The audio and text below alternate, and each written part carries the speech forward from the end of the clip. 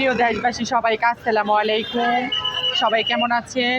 আশা করি ভালো আছেন। ছাত্র সমাজের সাথে আমরা আছি।